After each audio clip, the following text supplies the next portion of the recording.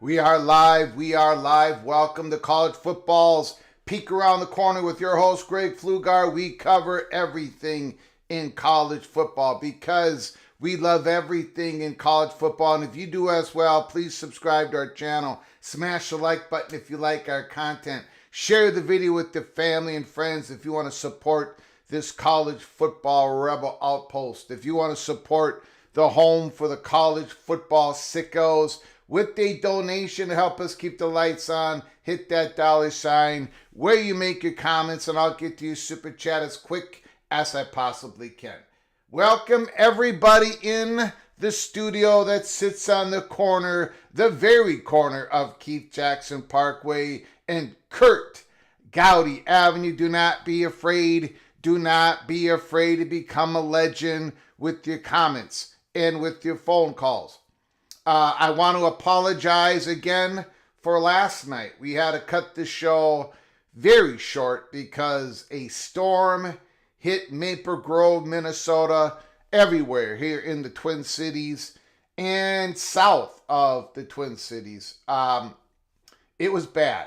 The little general came in the studio and went like this. Gave me a signal to stop the live show. So we had to do it. The moderator, the ruler, the one who rules with an iron fist, stopped the live show, and it was a very good call. The lights flickered a bunch of times. We did not lose power. Family members lost power.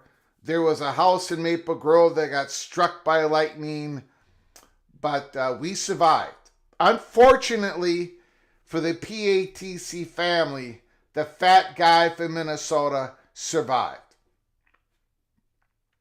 Me and the little general are a little sensitive when it comes to storms. I can't quite remember the year. 2005, 2006. Our house in Rogers got hit by our tornado. We had just come home from a party. We got in the house. I went to the upstairs bathroom, did my business, flushed the toilet, and the water did not come up. It just stayed down. I went down the stairs and I said, honey, a weird thing just happened. And then the wife screamed and said, look outside. And we had our drapes open. Our outside lights were on. We still had power. And we saw our big pots that we had, I don't know. We had a bunch of stuff out there, pots.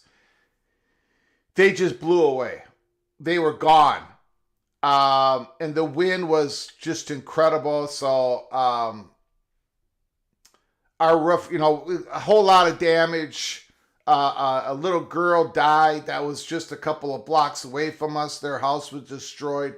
So we are a little sensitive here when it comes to storms, me and the wife. But anyways, I apologize for that abrupt ending of last night's live show. Now, I did see, if you go in the comments section of our live show last night, and I do read the comments, by the way.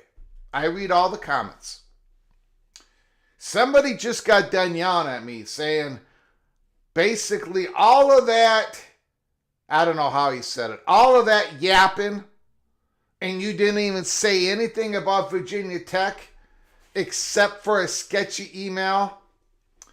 And right before I came on live, I just politely typed back part 2 right now, and then I put a heart emoji. So again, I am sorry I could not deliver everything we had last night.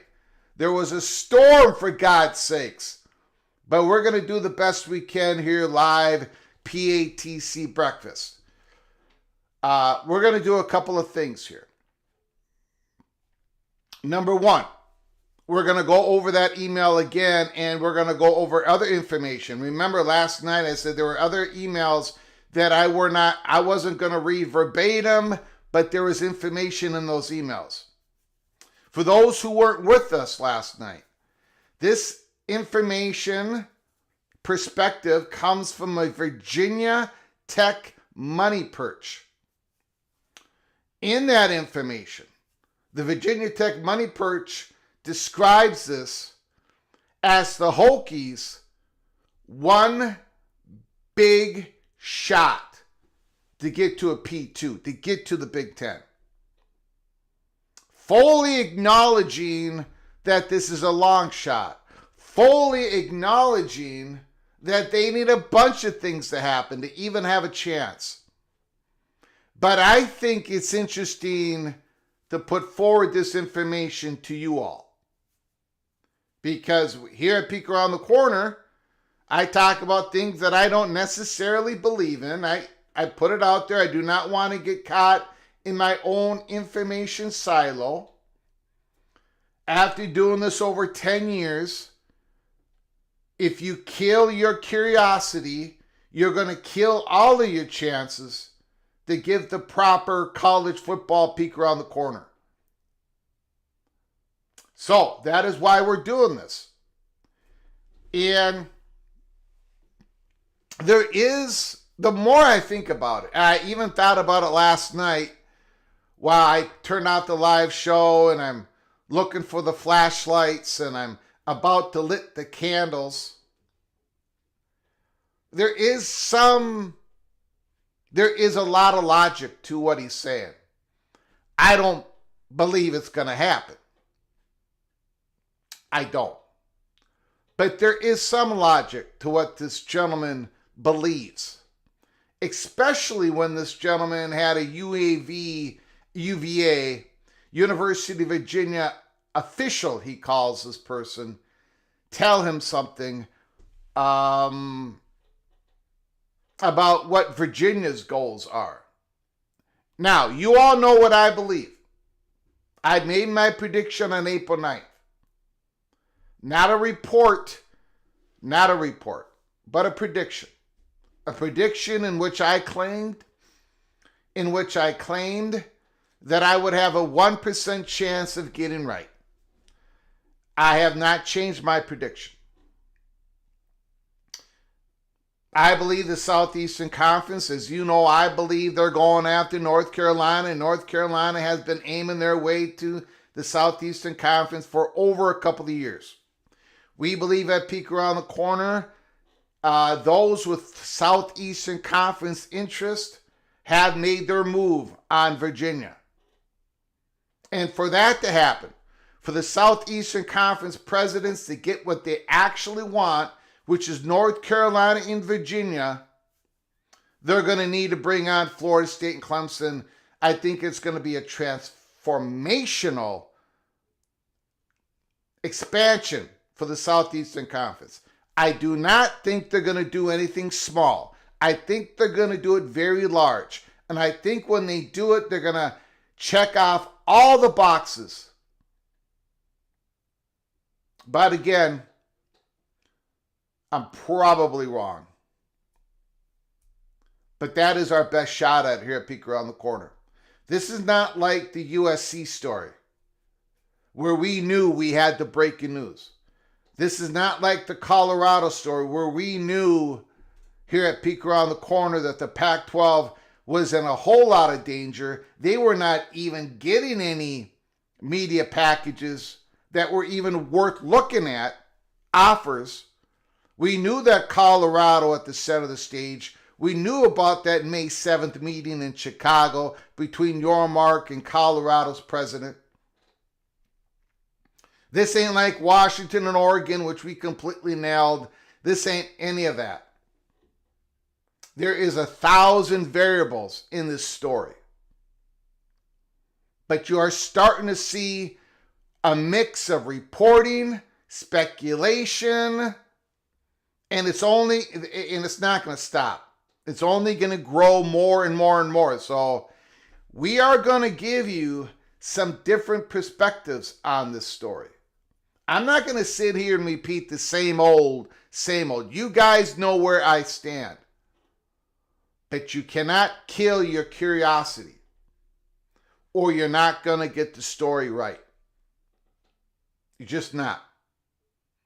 So, having said all of that, we are going to hit this Virginia Tech Money Perch Part 2. We're going to go through the email once again, and then we're going to go through some more information.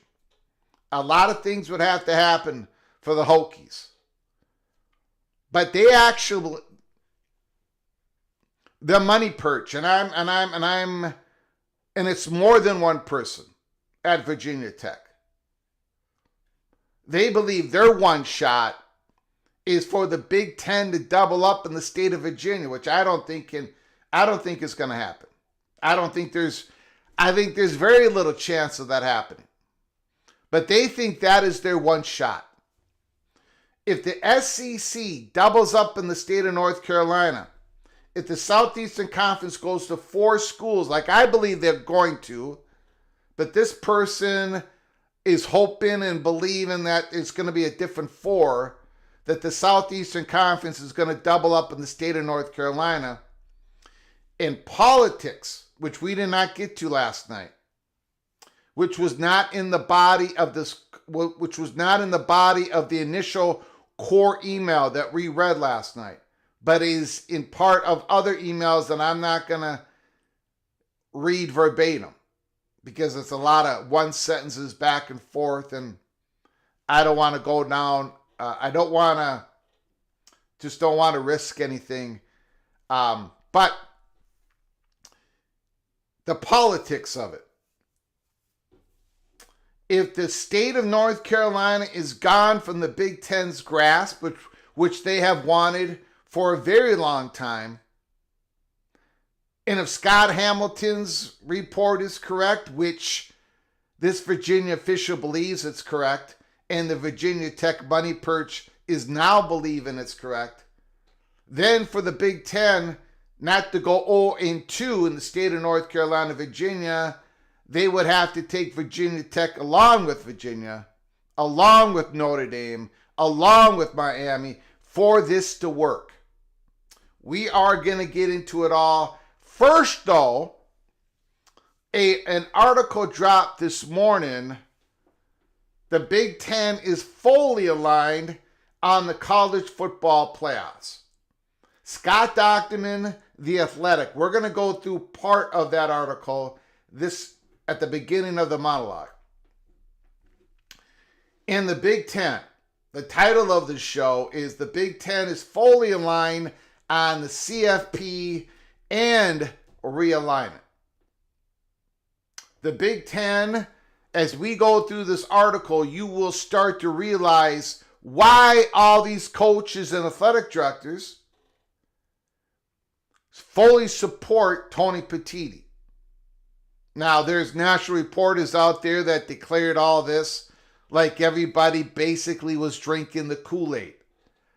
But actually, Tony Petitti, almost at the very beginning of his commissionership, showed the data to the coaches and to the athletic directors of the Big Ten and showed them why this was his vision.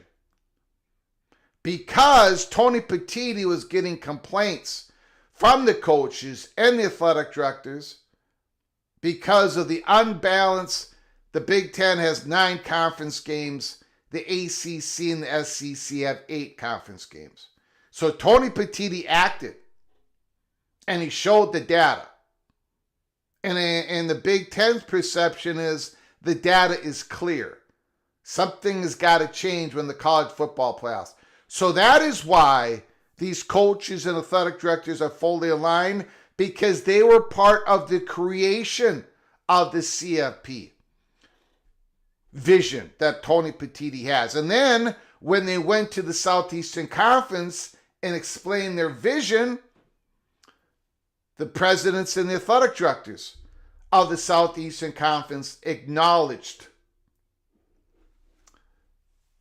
Anyways, so we are going to get into that. And then when it comes to realignment, the Big Ten is fully aligned. And I've been saying this here at Peek Around the Corner.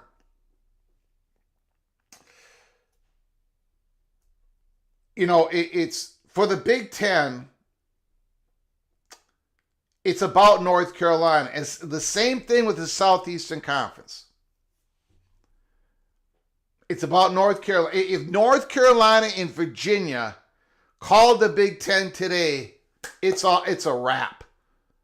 The Big Ten would take North Carolina, Virginia, and then they would look at North Carolina, Notre Dame, and say, okay, what about now? North Carolina is the truly vetted and cleared candidate for the Big Ten. It is that simple. What has made this complicated is that the Big Ten is not the chalk to get North Carolina. They're just not. They haven't been. They have not been. They haven't been since at least a few months before Kevin Guswich left North Carolina to go to Michigan State. So the Big Ten is fully aligned. But just like before, the Big Ten doesn't always get what it wants. So, welcome to our breakfast show, PATC Breakfast Show. I appreciate everybody coming on in. Ryan Willie, in my opinion, Virginia Tech and UVA have no chance to join the Big Ten. The Big Ten can still get into North Carolina with Duke. They can into Florida with Miami. Now, just to be, thank you for the super chat, Ryan Willie. This email, we're going to go through it. This email was pretty clear. The Virginia Tech Money Perch believe that for Virginia Tech to have a shot, the Big Ten would have to take Miami and Notre Dame. So Virginia Tech, at this money perch, they're completely like, yeah, where we would have no shot. Miami's ahead of us. And the SEC would have to double up and take North Carolina and Duke. So, Ryan Willie, Virginia Tech money perch, which is more than one, agrees with your statement. Actually. Maybe, but except for the first part. They think they've got one shot. One shot. Everything's got to go right, but they got one shot. And that one shot does include the Big Ten getting into Florida and Duke not being a potential option for the Big Ten because they go to the Southeastern Conference.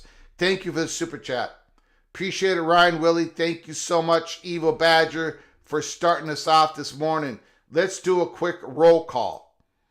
I'm very humbled that anybody would join me on a PATC breakfast show. MBM is in the house. Don Scruggs. But remember, every time I sign off on a live show, I tell you guys and gals, keep your head on a swivel and make sure when you subscribe to our channel, you turn on those notifications. Because we can come on live at any time. At any time. This is a prime example. Jago Blues in the house. Healing, Florida is here. The Walking Geek, the Architect, Rock and Rant, Osceola Trucka, Nick Boardman, Christopher Hooter, Tim Bells is in the house. Karan Shakar, Bimba 7579. Jimmy is still trying to wake up the big gun shop. Jay Chapman, Kirk Bender, Ryan Thomas, PATC Breakfast Blend, smooth.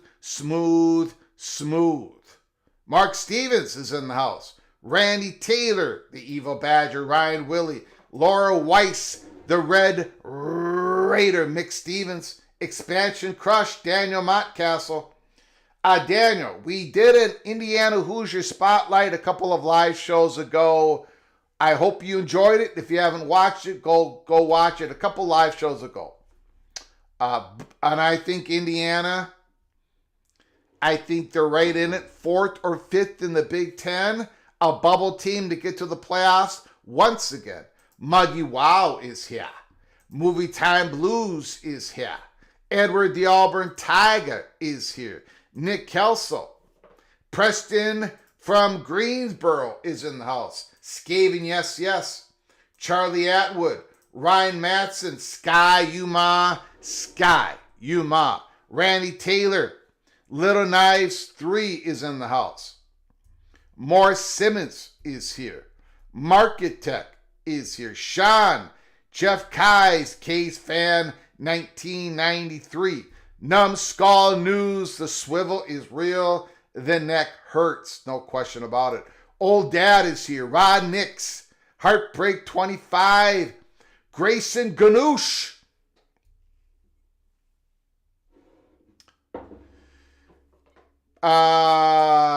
John News. Michael M. And Doc Gibbs. Thank you, Doc Gibbs, for the very generous donation. A $10 holla. Thank you, Doc Gibbs. Appreciate it. Thank you so much for helping us keep the lights on. Appreciate it. Duke is wealthy, and the SEC would be a big step down for Duke academics. Well, again, there is this. One of the reasons why the chatter behind the curtain has this massive consensus. They've had this massive consensus that it's North Carolina and Virginia that are the top targets for the Southeastern Conference, as we reported June 15th of 2024.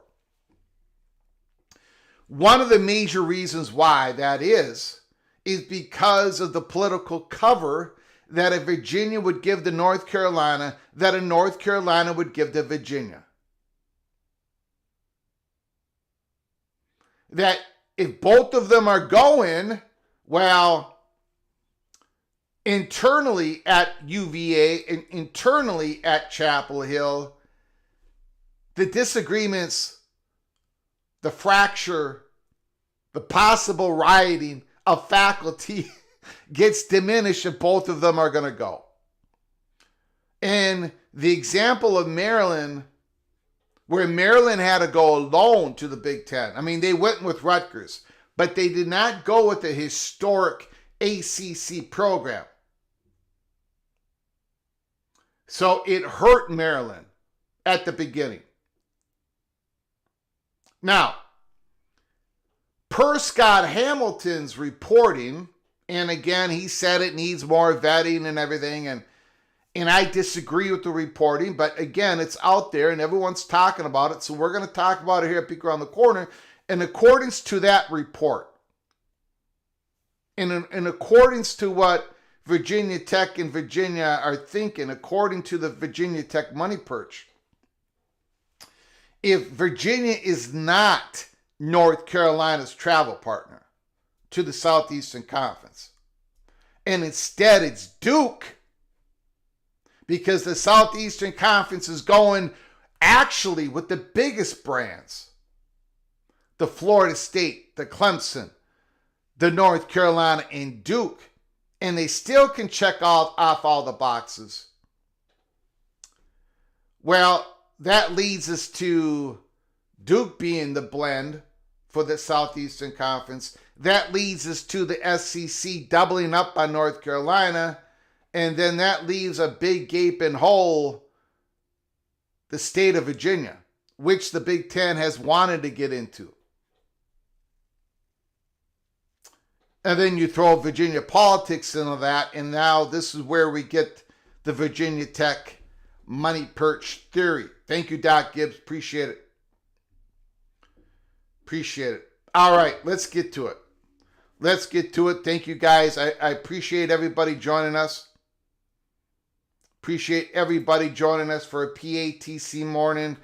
This is definitely going to be Virginia Tech Money Perch discussion part 2.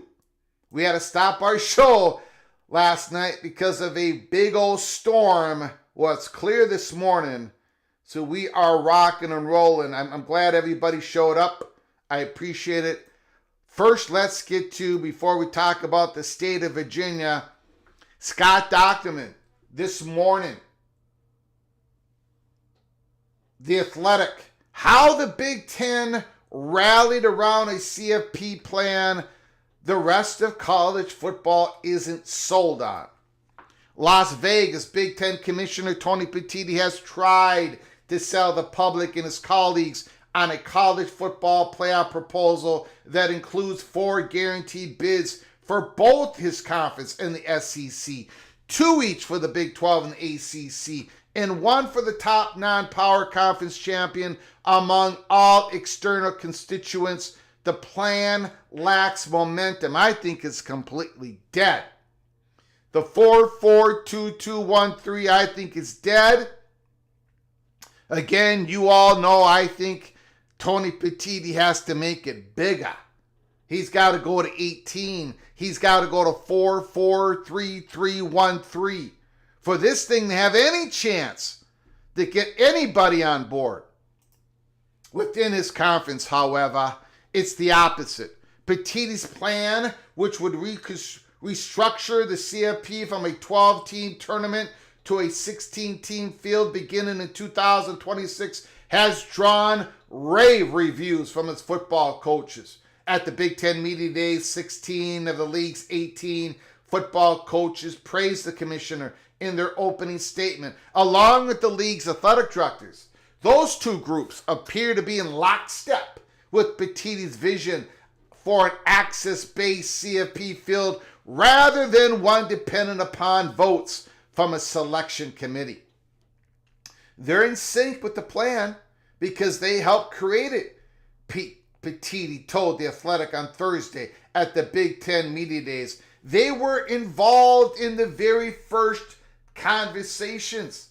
Within 2 months, 2 months of replacing Kevin Warren as commissioner in 2023, even before the Big Ten invited the Washington and Oregon to join the conference, Petitti held what he called a really candid conversation with his league's football coaches. They felt the 9-game league schedule had not been rewarded by the CFP selection committee in comparison with the ACC and the SEC. So it's not just the Southeastern Conference that has been unhappy, and the ACC, Florida State, being unhappy. It's been the Big Ten being unhappy. The Big Ten believing that's the selection committee in comparison with the ACC and the SEC, whose teams play 8 conference games each. With his media rights contracts in place through the 2029 football season, Petitti reiterated the Big Ten will remain at 9 conference games, but he wanted to listen and allow them to vent, especially about the ambiguous criteria in the CFP selection process. You're asking a group of people to get into a room and decide the best 12 or 16 teams in college football, and you're not converting apples to apples, Penn State coach James Franklin said. When you try to compare a non-conference schedule from a conference that plays 8 compared to a conference that plays 9, it's going to look different. Petitti continued meeting with his football coaches, athletic directors, and others to devise a system that would reward the Big Ten for its success, but would apply fairly throughout the sport. He targeted a guaranteed number of spots for each conference, which then could choose their own participants, allowing for a few at-large berths, rather than leave their fortunes up to the selection committee. From there, the math led him to this conclusion.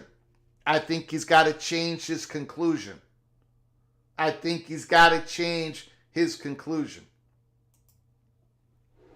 The Big Ten would have sent at least 4 teams to the college football playoff each year, with a high of 6 in 3 different seasons.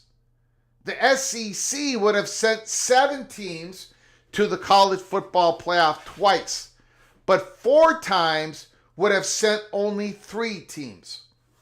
Over that span, the ACC would have topped out with 4 teams once, with 3 teams with 3 one-bid seasons. The Big 12 would have sent 5 teams twice and 1 team 4 times.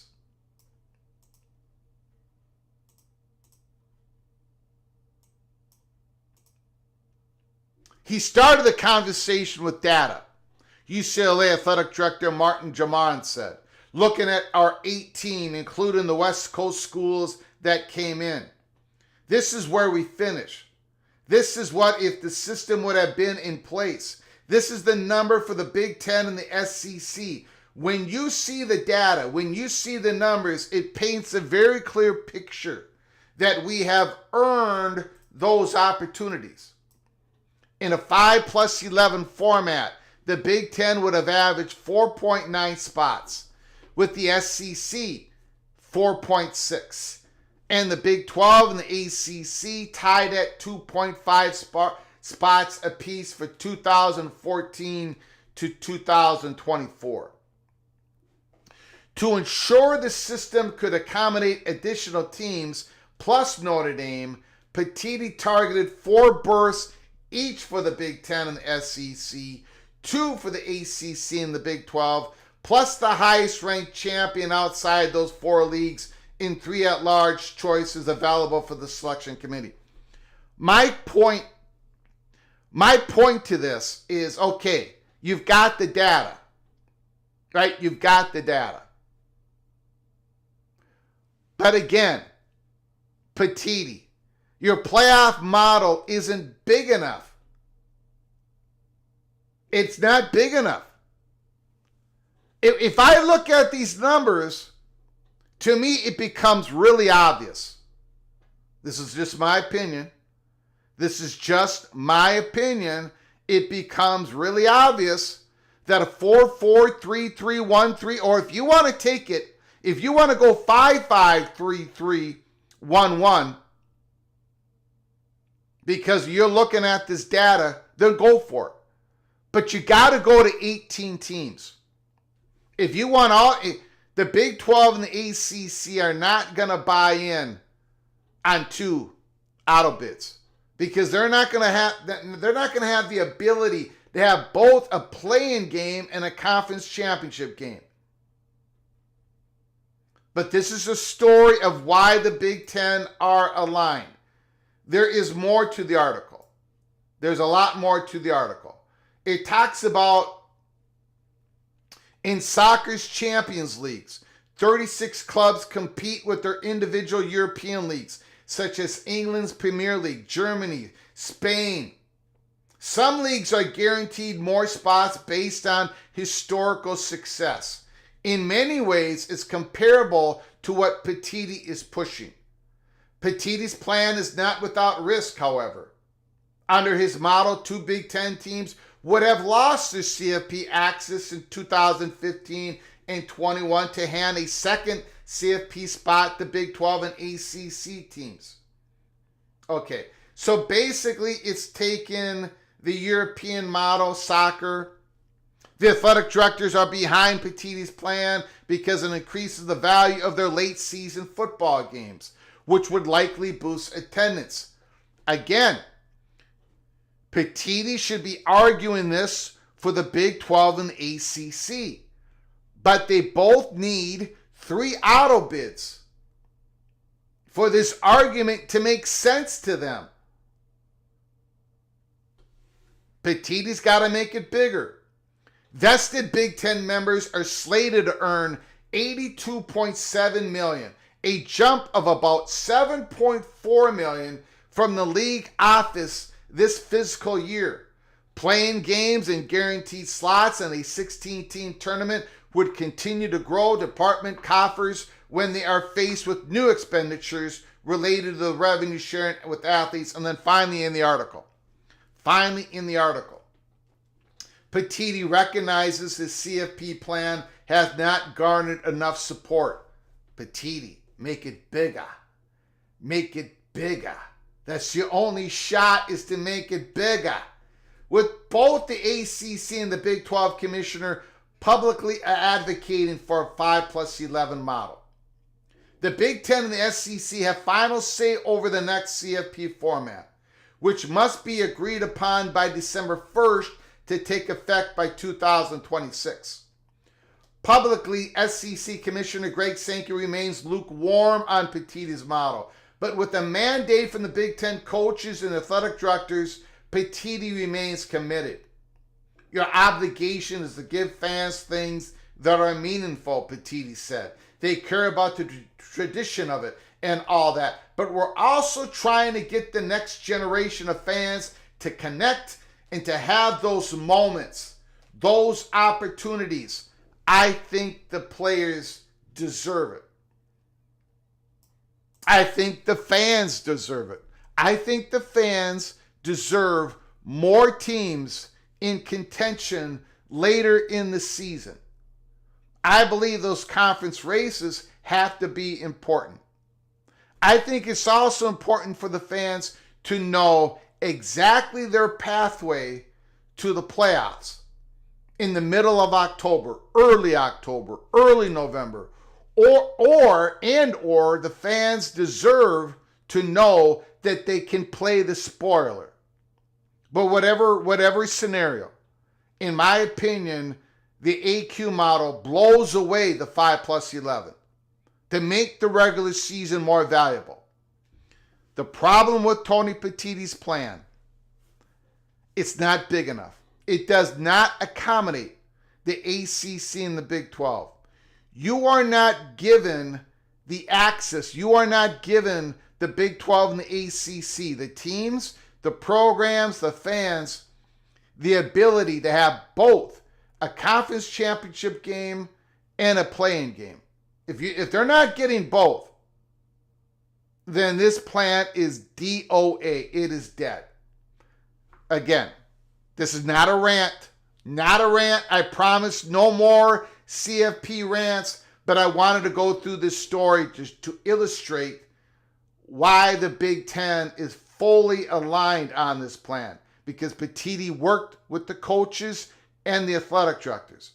And later on, they worked with the SEC on this. Okay. Let's get back to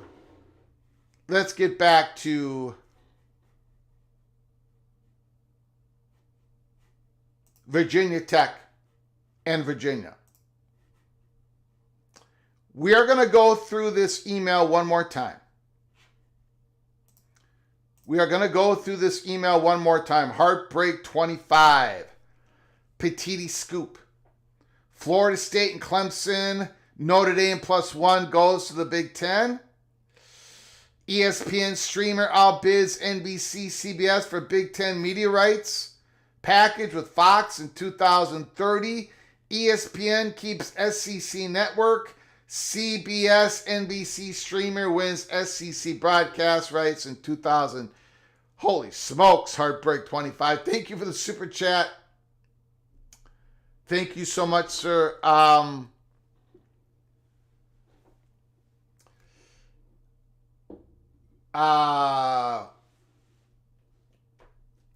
Very interesting. That is Heartbreak 25's Petitti scoop. I don't think that's how it's going to work out, but again, thank you, Heartbreak 25. Appreciate it. I appreciate it. Again, we believe here at Peek Around the Corner that the Big Ten does not act until they find out exactly what happens with North Carolina.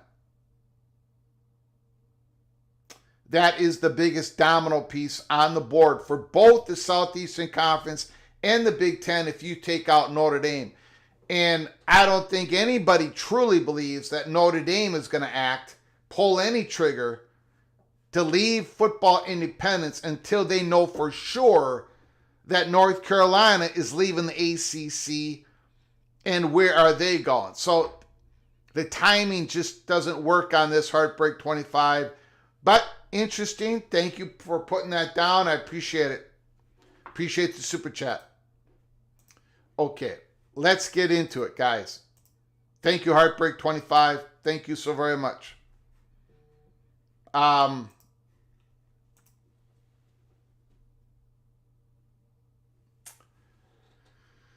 Okay.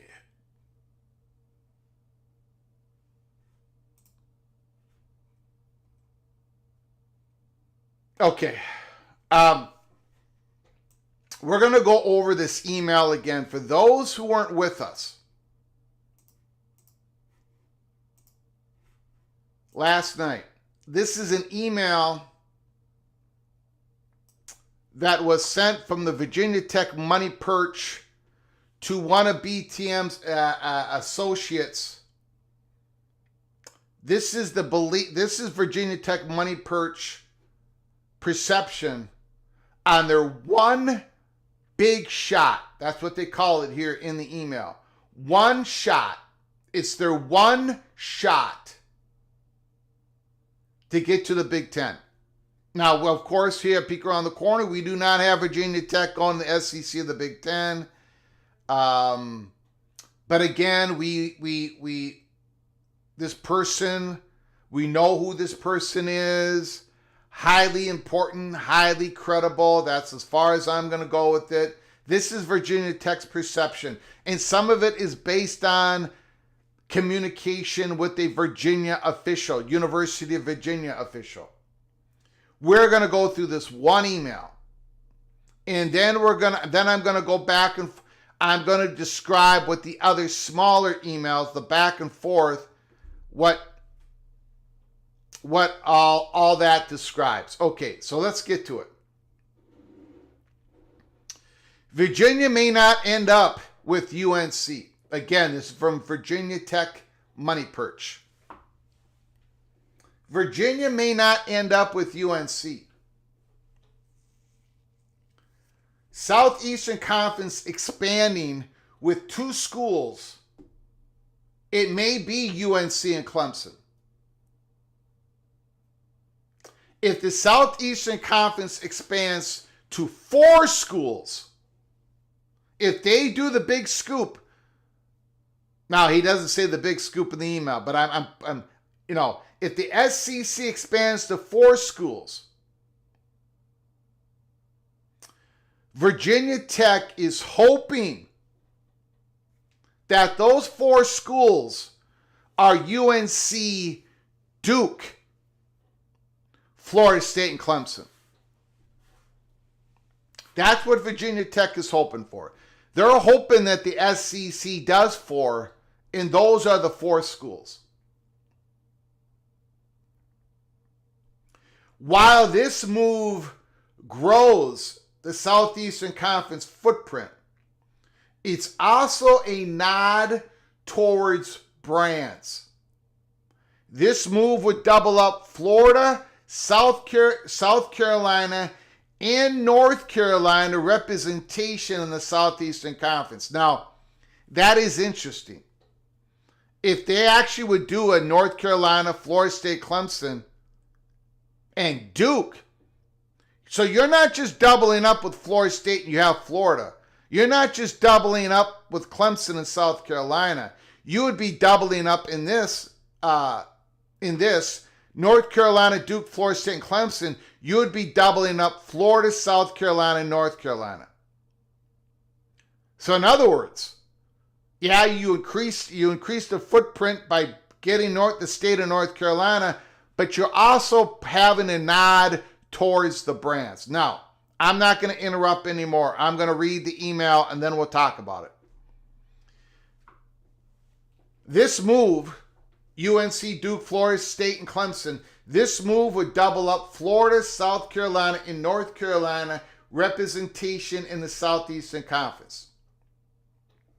If the SEC is looking primarily at brands over growth of footprint, we at Virginia Tech hope the Big Ten takes a look at getting into Virginia and taking over the state of Virginia with the Virginia Tech edition.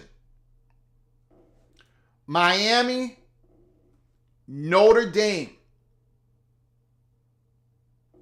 Virginia Tech, and Virginia is our one shot at joining the Big Ten.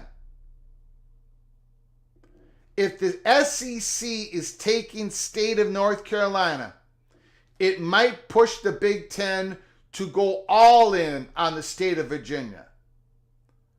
But to make it work financially, the Big Ten would have to take Miami and Notre Dame.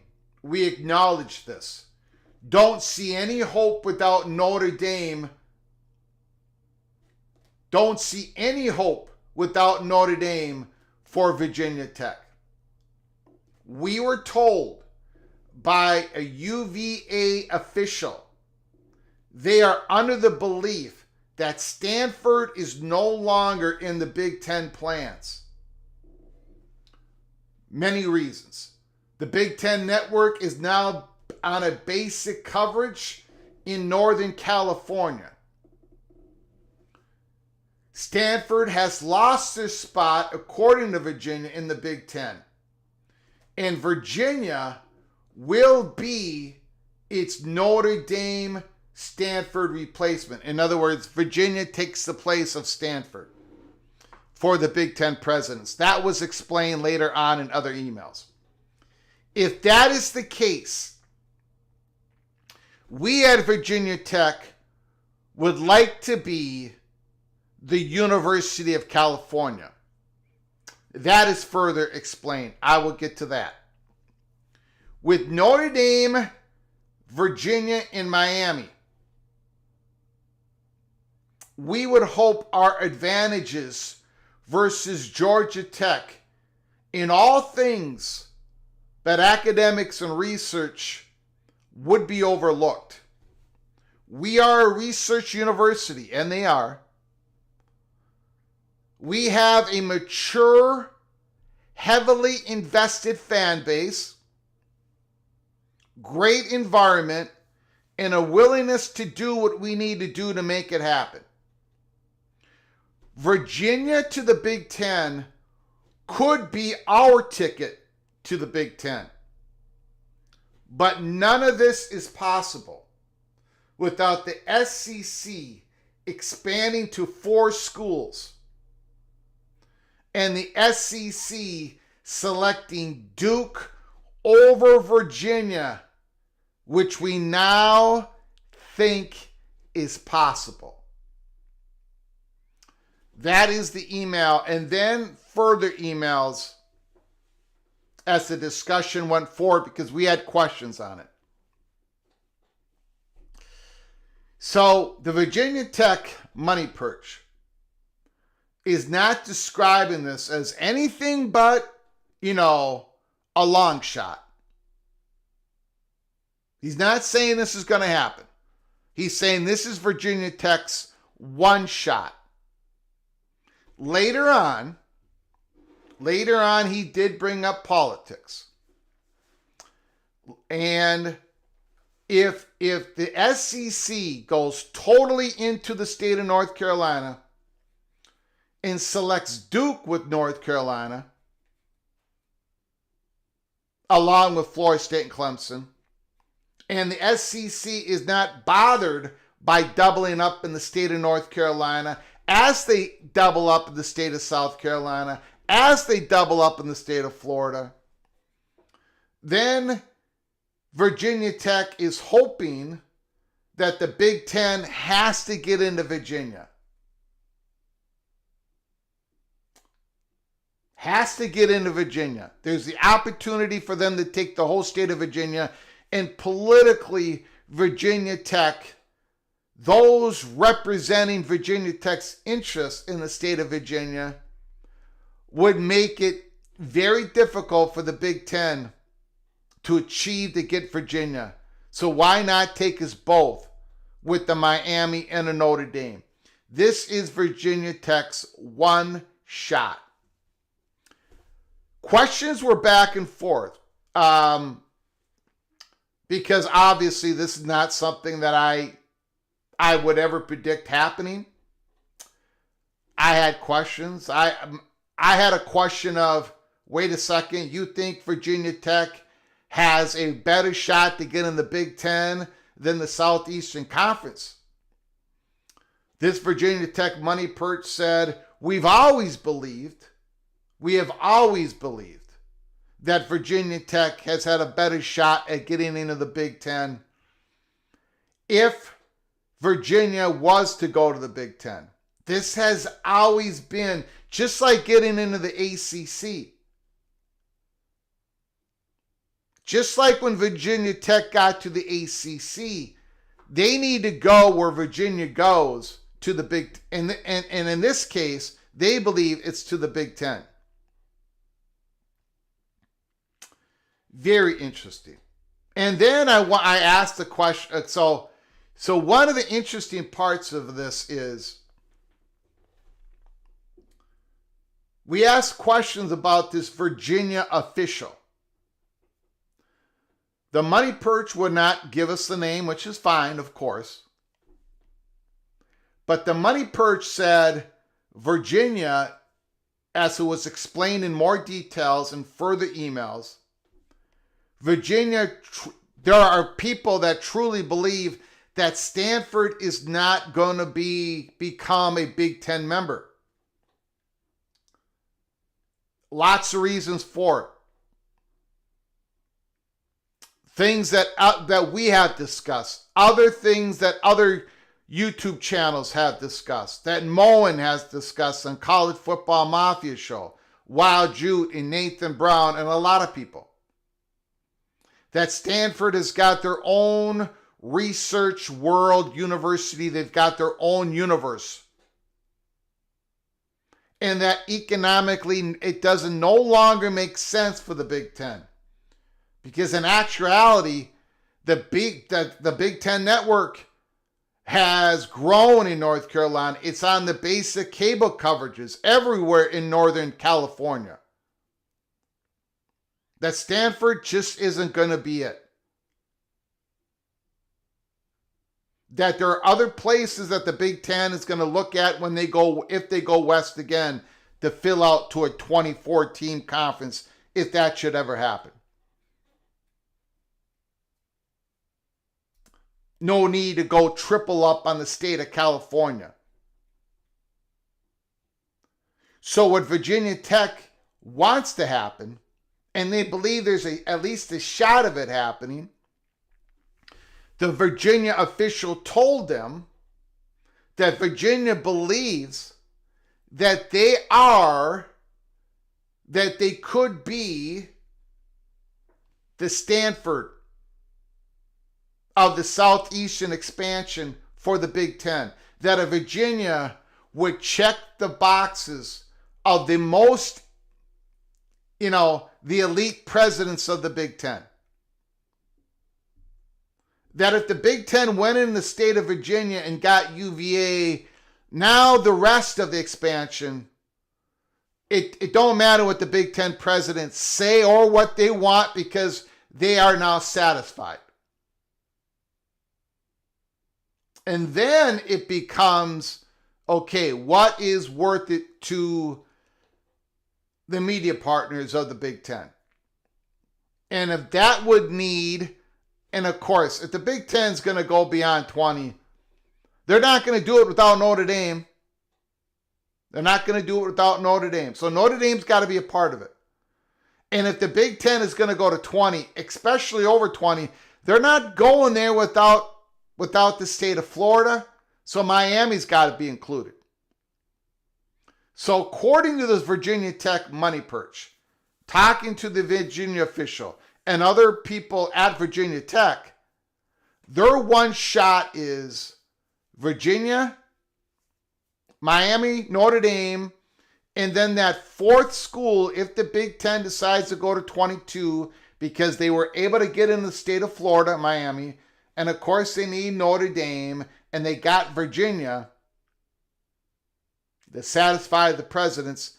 Now who is that 22?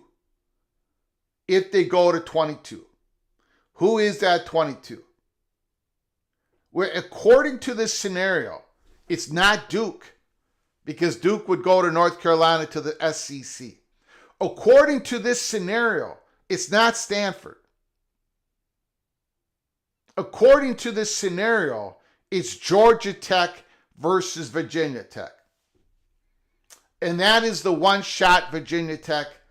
This is the one scenario they believe that they can get into the Big Ten. And then it's a Virginia Tech, Georgia Tech. A lot of advantages to Georgia Tech, right? Why double up in the school? Why double up in the state of Virginia? Georgia Tech is a Big Ten school, AAU. But then again, Virginia Tech believes that maybe the Big Ten presidents would be satisfied with the Virginia. Virginia Tech, in further emails, the Virginia Tech money perch said Virginia Tech's got advantages all over Georgia Tech when it comes to the football brand, when it comes to the fan base, when it comes to ticket sales, when it comes to the Hokies traveling, when it comes to the natural rivalry of Virginia Tech. Miami, Notre Dame would be the rival. Virginia Tech would be the rival. Who would Georgia Tech's rival be? It wouldn't be Notre Dame, because that's going to be filled with Miami. And you would have the whole state of Virginia. But the big part is Virginia Tech is the people that hold the Hokies' interest. Virginia Tech is going to make it difficult. For Virginia to go to the Big Ten without taking Virginia Tech. So the Big Ten may acquiesce and say, okay, we'll take both schools of Virginia. SEC took North Carolina. We're taking the state of Virginia, Miami, Notre Dame. This is Virginia Tech's one shot according to the money perch. Let me make something perfectly clear before we continue on. I'm going to make this perfectly clear. Because we are presenting the Virginia Tech money perch perception of where they are sitting on a high perch. We have Peek Around the Corner. We could be wrong, but we don't think Virginia is going to the Big Ten. So we'll wait and see on that. We think that the SEC, the interests of the Southeastern Conference, have moved in on UVA. The Board of Visitors lean heavily to the Southeastern Conference. We still believe that the Southeastern Conference is going to do the big scoop of North Carolina, Virginia, Florida State, and Clemson for all the reasons we have given since April 9th. We believe that North Carolina and Virginia were the number one targets for the Southeastern Conference, and we talked about it on June 15th of 2024. And we believe for the Southeastern Conference presidents to make it work, they're going to have to bring on the two most valuable football brands, Florida State and Clemson, to give what the SEC presidents want, North Carolina and Virginia. We still believe that. We have not come off that position. I believe the most interesting part of all this,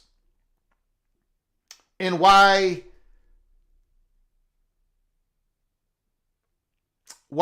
maybe Scott Hamilton reported what he reported. And again, I'm just speculating. I don't know this gentleman. But when he talked about Virginia aiming, he made it sound like they're targeting the Big Ten. I happen to believe that's not true. I have very good reasons to believe that's not true. Virginia is not the same. How do I say this? The patterns are repeating themselves.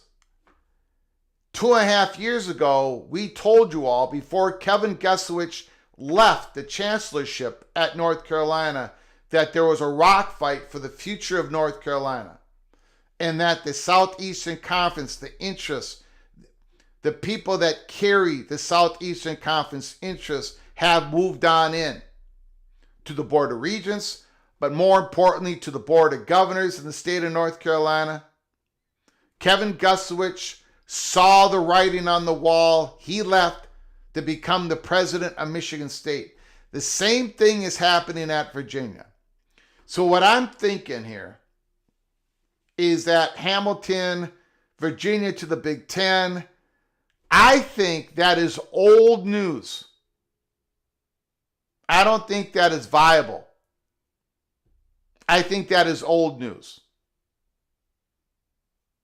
I think the Southeastern Conference has had interest in North Carolina and Virginia for presidential reasons. And we believe that the Southeastern Conference, that Virginia is now more able, the University of Virginia is now more able to go to the Southeastern Conference than ever before, because the people who make the decisions are now in place. Virginia is not the same as it was 18 months ago. Also, Virginia, 2 years from now, probably won't be the same as it is now. In other words, we think there is a sweet spot for the Southeastern Conference to move in and get a North Carolina and Virginia in which they're both going to give each other internal political coverage if they both go to the Southeastern Conference, along with Florida State and Clemson.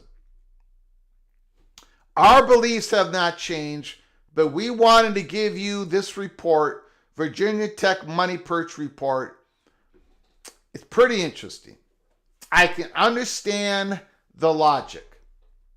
I get it. And again, not enough has been reported, and I think it will, but not enough has been reported on, not enough has been written on the entanglement in the state of Virginia politics between Virginia Tech and Virginia. We all talk about the complications that Chapel Hill has with the Board of Governors. Everybody talks about the North Carolina State Wolfpack backpack, but people, we do not talk enough about the Virginia Tech, Virginia entanglement. So getting back to this guy's theory, Virginia Tech Money Perch, they think they've got one shot at this. That one shot is the Southeastern Conference going to 4, but the Southeastern Conference doubling up on the state of North Carolina, which leaves the state of Virginia, the growing population, the demographics. That state is left open for the Big Ten, and then Virginia Tech is going to make it difficult for the Big Ten to take Virginia alone. That's the game plan. Hokie Nation, that is the game plan. Put down your comments in the comment section. I'm going to get to them. I'm going to get to many of them. And again, a super chat will supersede any other comment, but I'm going to get to your comments, and then I'm going to get to your phone calls. But let's go through these comments here as much as I possibly can. JLM77 100% call BS on the SEC moving on Virginia. They would take Virginia Tech over Virginia. Virginia is not a brand fit, is not a cultural fit in the SEC.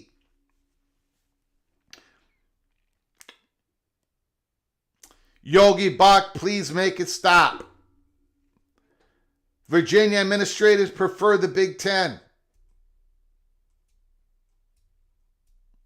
Yogi Buck, you might be in the wrong place. You might be in the wrong place. All good. This is getting interesting. The powers that be are going to bully Virginia Tech into the SEC. That's not what we're... okay.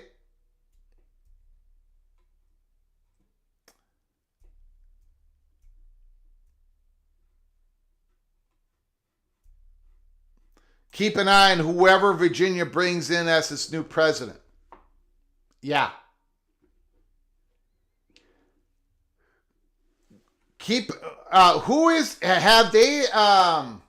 Has Virginia announced a interim president yet? Is somebody taking over? Because it takes a while to get their new president. But yeah, keep an eye on whoever Virginia brings in as president. And by the way, we said that about when Kevin Gusowich, when he left. Keep an eye on who North Carolina brings in. Keep an eye on whoever North Carolina brings in to replace Bubba Cunningham. And it's got Southeastern Conference written all over it. Georgia Hill, Virginia, North Carolina not joined at the hip. The Maker, Virginia prefers the Big Ten for academic reasons.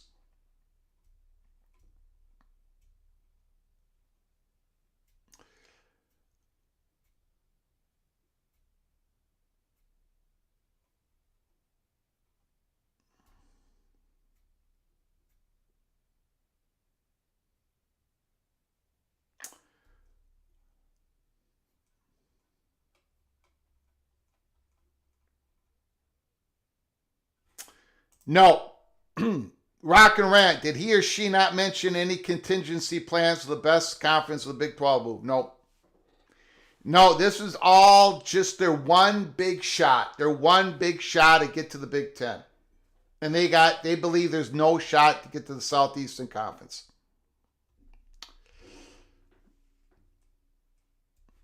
Nobody is leaving the Southeastern Conference.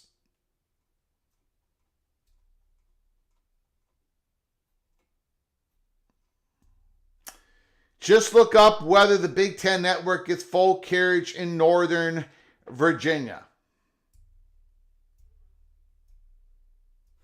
I thought Duke wants into the Big Ten. Duke wants in anywhere they can get into.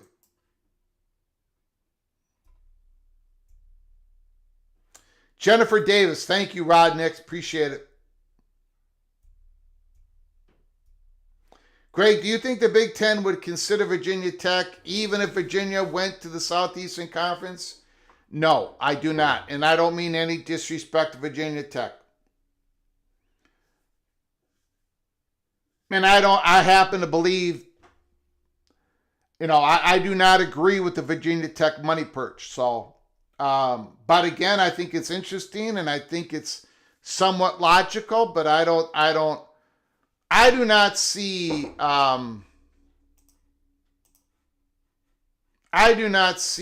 the Big Ten doubling up on the state of Virginia. Also, I'll just leave it at that. I'll leave it at that. I don't see it happening. But this is let me clean something up here. Hold on. And then we're going to get to your phone calls. We're going to get to your phone calls as quick as possible.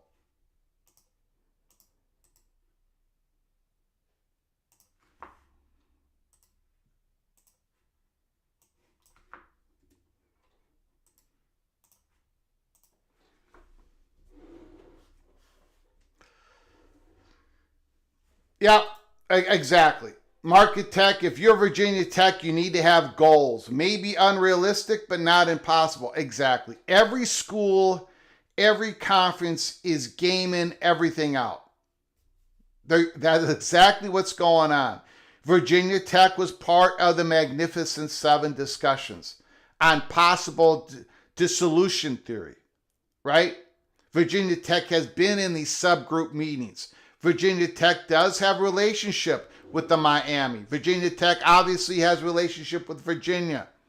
Virginia Tech has obviously had success getting into the ACC conference because of Virginia. Of course, Virginia Tech is going to look at their best possibility to get into either the Southeastern Conference or the Big Ten. And this seems to be what Virginia Tech, according to the money perch, and it's more than one person, they believe this is their one big shot. But things are got to fall accordingly.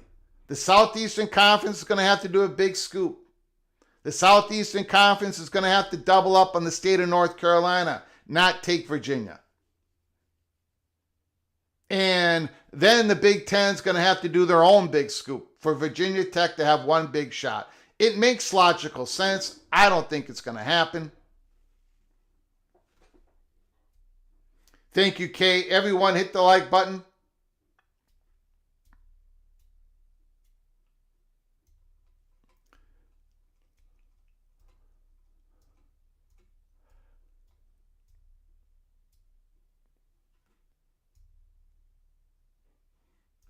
How do I become a money perch? I don't know how that happens. Coos Corner, every school not in the P2 is trying to be P2. Absolutely. Everyone's got it gamed out. The conferences, the Big Ten has gamed it out what the SEC might do.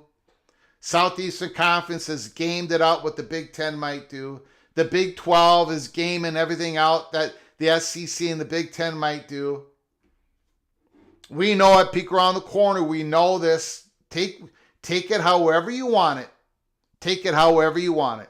But we even know the location or close. That Louisville had third-party talks with the Big 12 about, I don't know, 14 months ago or 15 months ago, something like that.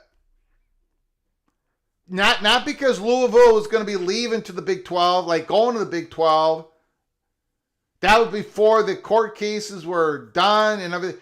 But that was to have a line of communication open to say exactly, are we part of your, if this would happen, that would happen. Everyone's got a whole lot of things gamed out. This is Virginia Tech's, sounds like this could be Virginia Tech's game plan. They're hoping it transpires. Great article on Miss Davis in UVA today. Rod Nix, if you can send that to me in a DM, I would appreciate it. Expedition Greg, no Big Ten expansion without Florida State and Miami. Doubling up by North Carolina doesn't make sense.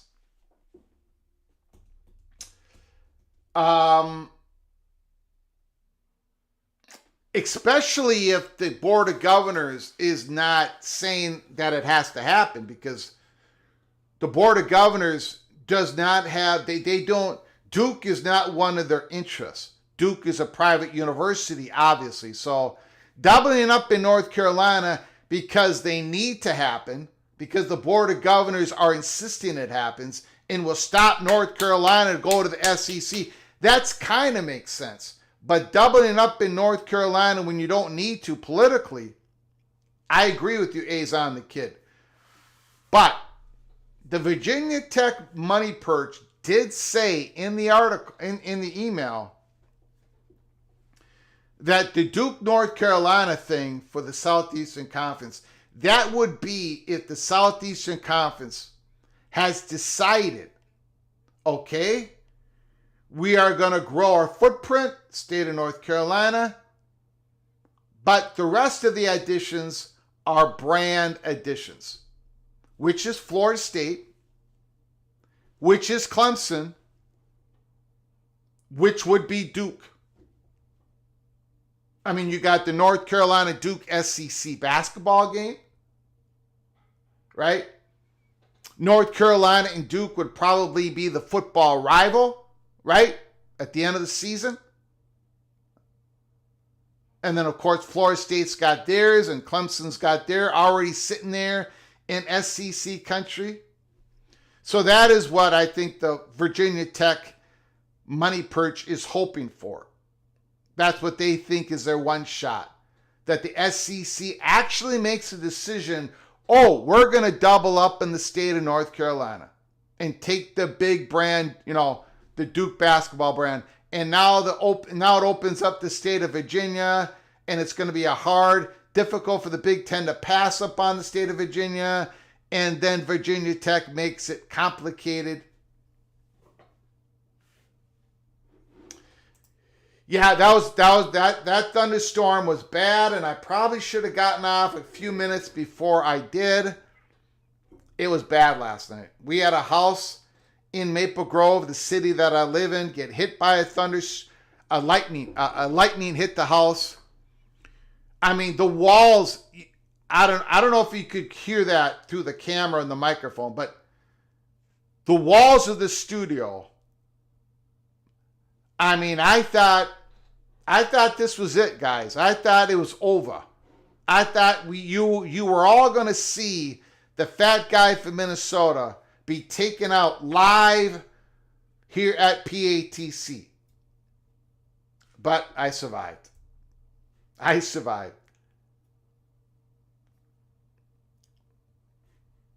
Still Austin, Greg, doesn't Duke pushing for SEC have more to do with Duke not wanting to keep their Ivy League library system affiliation?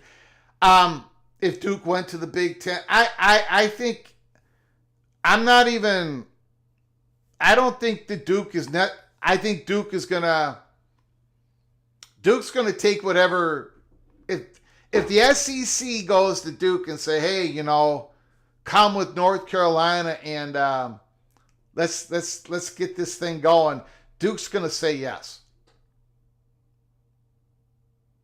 if Duke gets an invitation to the Big Ten, Duke is just pushing for a P2, just like everybody else. But Duke is being,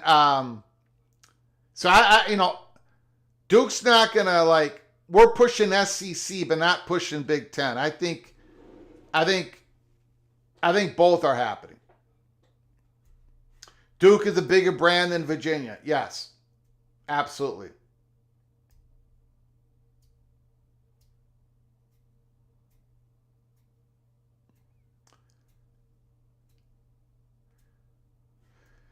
Is Miami going to the Big Ten possible without Florida State? Absolutely.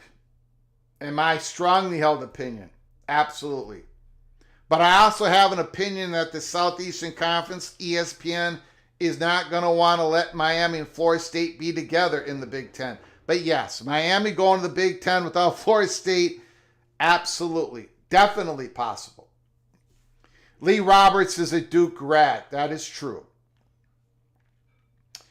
The Chancellor of California, I keep saying that. The Chancellor of North Carolina, Chapel Hill, is a Duke grad.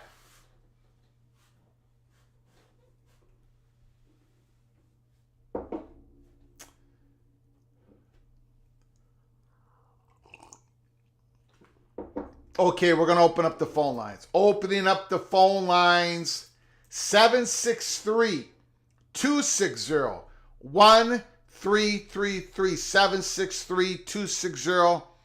763-260-1333. Give us a call here at Peek Around the Corner. Talk about anything in college football that your heart desires. We did an Ole Miss spotlight on last night's show. I am not feeling it. I am not feeling it for Ole Miss. But if you want to tell me I'm wrong, if you think Ole Miss is going to get in the playoffs, call me up and let me know how wrong I got it. Call from CFP Plus. CFP Plus, you are on the line. The floor is yours. Thanks for calling, sir. I appreciate it. Well, I appreciate it. Good morning. This is an early live. But, when I was watching your show last night and, listening to it again today, this to me, from a Virginia Tech standpoint, sounds a lot like the Dumb and Dumber. So you're saying there's a chance. It sounds like I get the vibe, or at least I feel as if the folks at Virginia Tech understand that this is a long shot and an unlikely shot, because they're basically hoping several things happen. Yep. With the SEC getting Duke over UVA, and then the Big Ten choosing Virginia Tech over Georgia Tech. And that doesn't even include the possibility of, if the SEC somehow did NC State and UNC, the Big Ten would have to choose Virginia Tech over Duke and Georgia Tech. Yep. So to me, this sounds like a very low probability thing happening. Very interesting though, but I think it's what's maybe more important is that it kind of gives you a pulse on a lot of schools who don't have, I don't want to say a shoe-in, because nothing is nothing's over till the fat lady sings. Yep. But like the schools of NC State, Virginia Tech, Louisville, Duke, Georgia Tech, whose homes in the Power 2 are very questionable, if very, unlikely. And those are going to be the schools that I think are going to either keep the ACC together mostly intact in backfill, or they're going to leave and the ACC is going to look a lot like the Pac-12 is currently.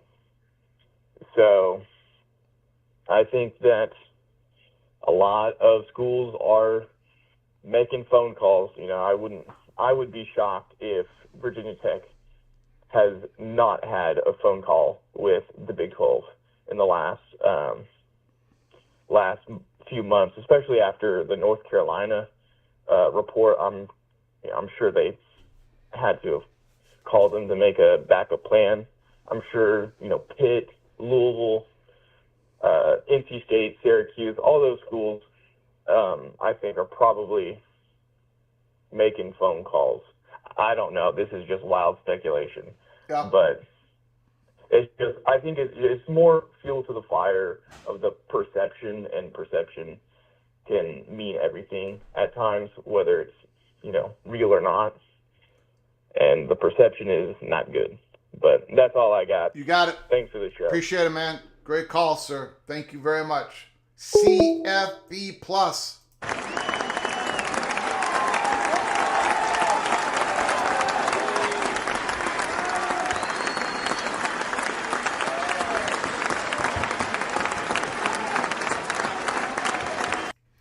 The Walking Geek. If you want to see what the Big Ten is doing, look at an NFL map.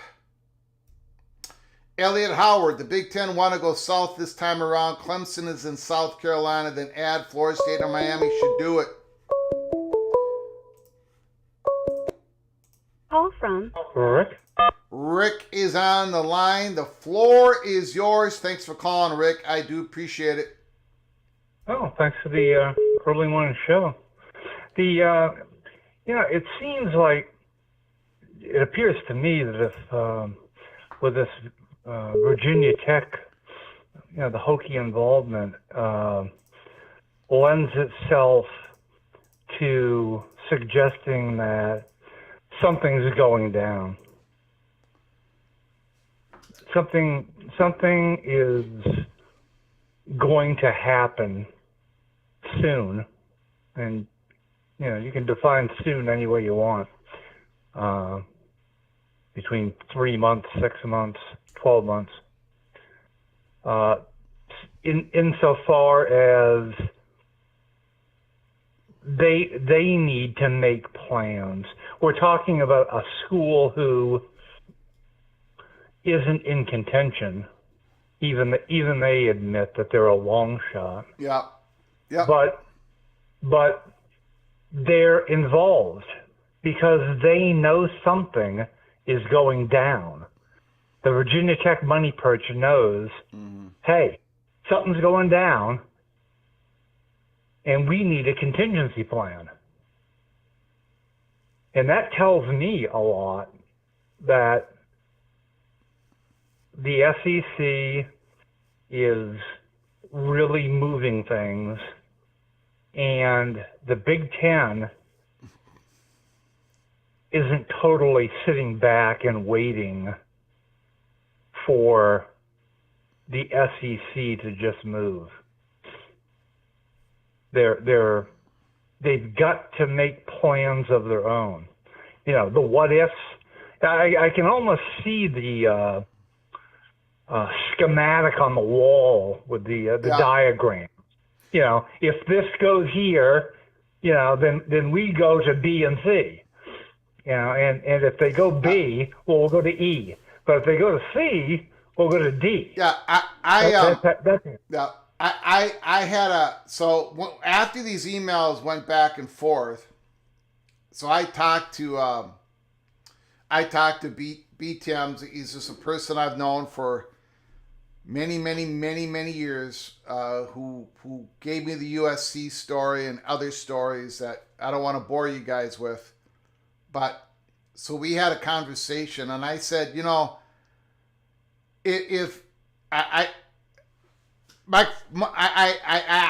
asked the question to him, then I basically answered the question before he could get a word out. But I said, look, why is Virginia Tech seriously believing that the Southeastern Conference would choose Duke over Virginia to be with North Carolina?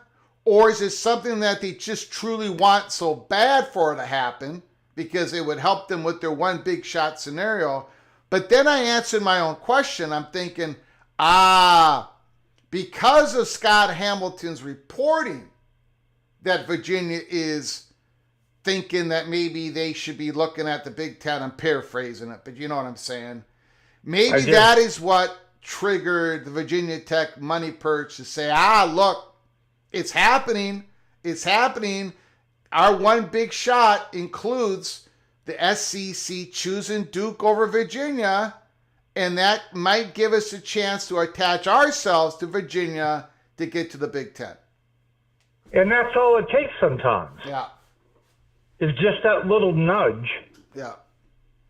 For the floodgates to start opening, and the contingency plans to start coming out as to who could possibly go where and why. Yeah. I like a lot of the why. Yeah. Yeah.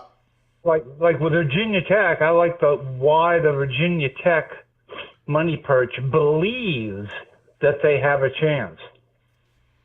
That's really interesting. Yeah. And then the other question I have you spoken to the Florida State money perch? Not and I say that because no. He's got to have a position now. His last communication was that he was extremely depressed about continued Florida State's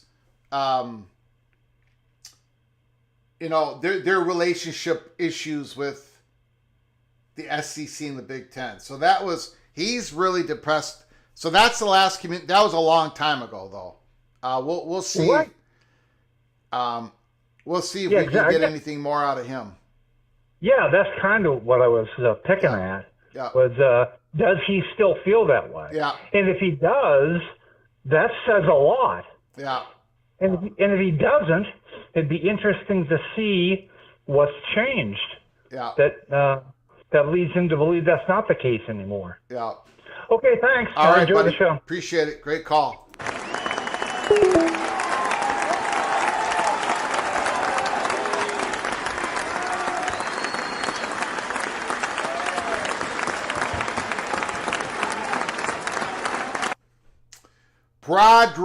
Broderick Oliver. I think I'm saying that name wrong. I apologize. Broderick Olivier. I believe the SEC is going to add Florida State, Clemson, North Carolina, Virginia. I think that as well. So that's been our prediction. April 9th. We're going to stick to it.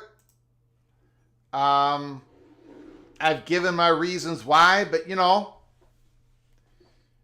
I also said I had a 1% chance of being correct over this one. It's and of course, one of the reasons why I said we had a 1% chance of getting this correct, unlike the other realignment waves, is because politics were going to play more part of this than ever before. And of course, the Virginia Tech money perch is bringing up politics. Not in the first email, but other emails after this one, as we asked questions and he answered. Virginia Tech is going to make it difficult for Virginia, if possible, politically. If Virginia Tech is not part of just like the state of North Carolina and the Board of Governors. That story really needs to be written, needs to be explored by national reporters. So that is what this Virginia Tech money perch is.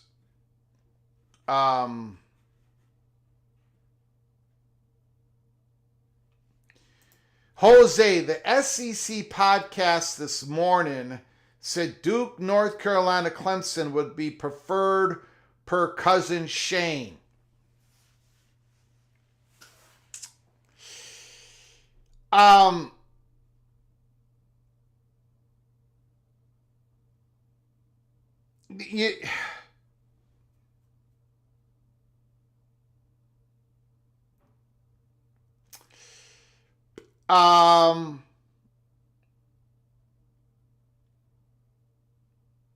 Gonna be careful how I say this.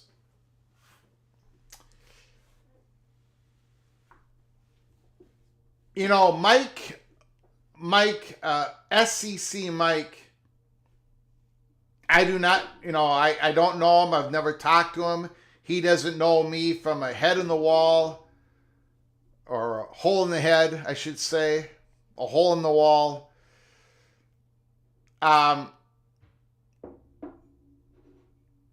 So I'm just going to go ahead and say this is speculation on my part. Well, it's not even speculation, really, because SEC Mike has said it out in the open. He has told his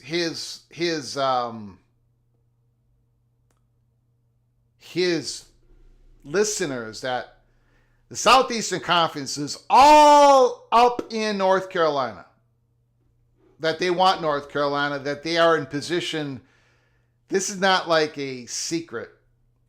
And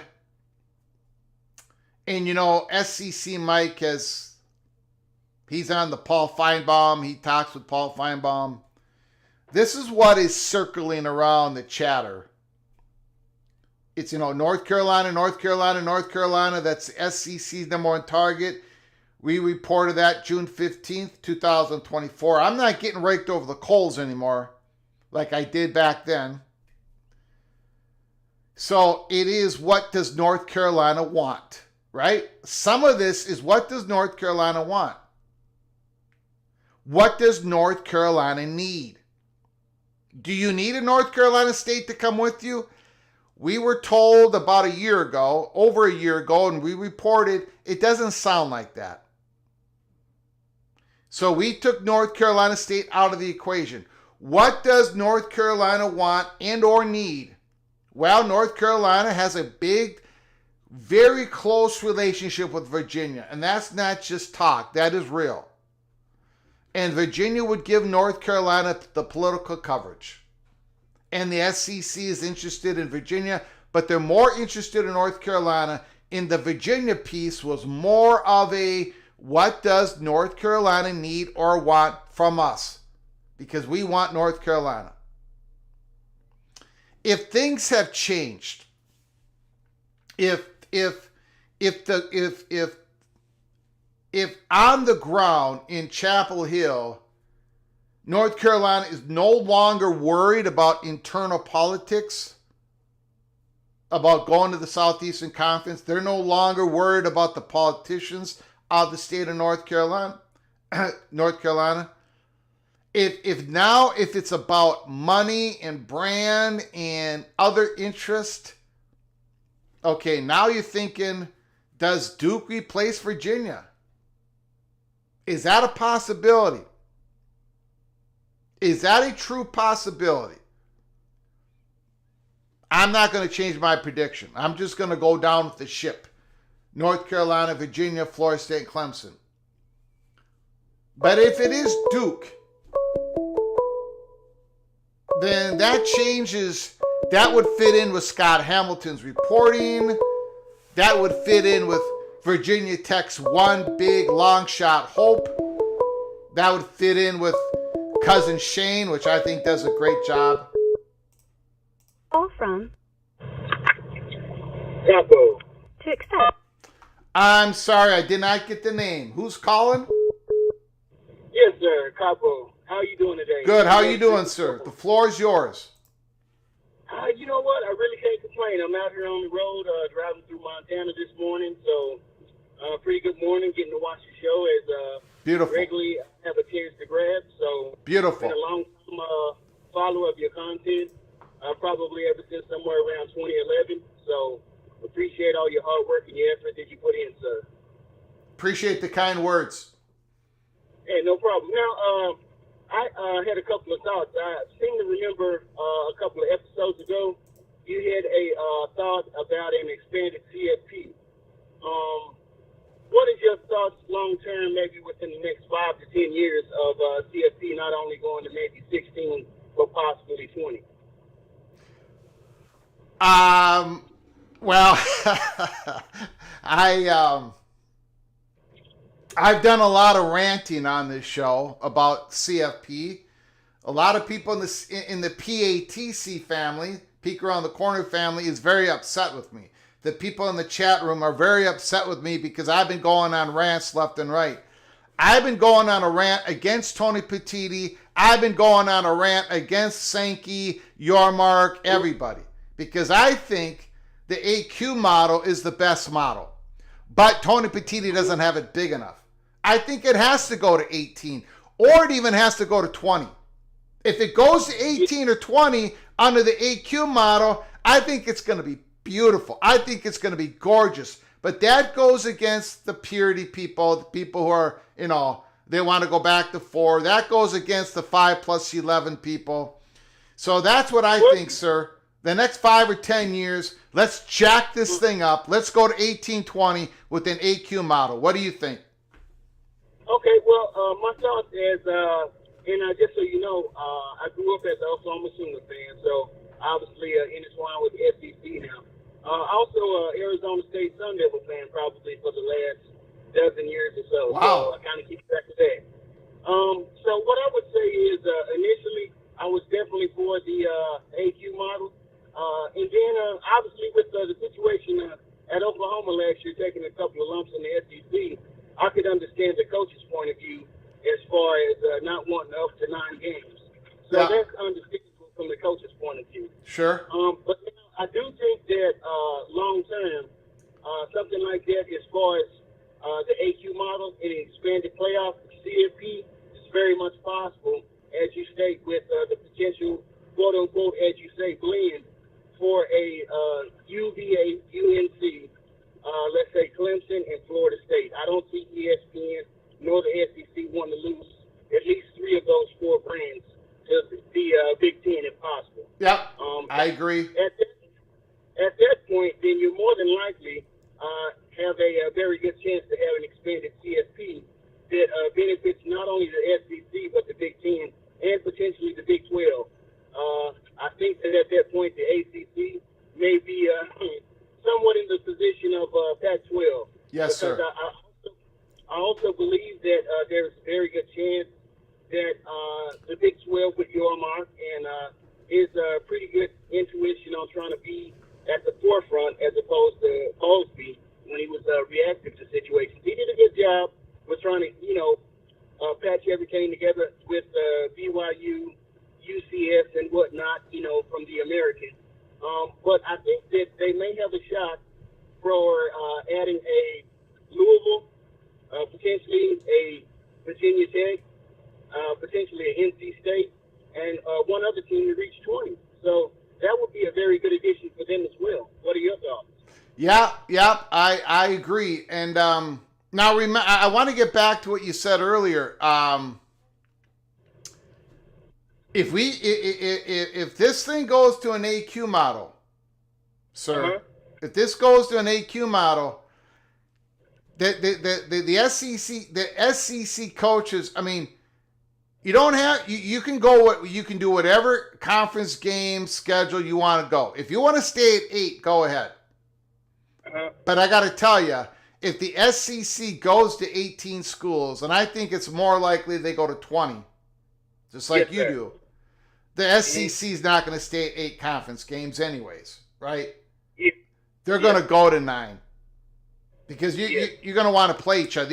There's complaints in SEC country that there's teams that haven't played each other for a very, very long time. Some of them haven't played each other at all yet still.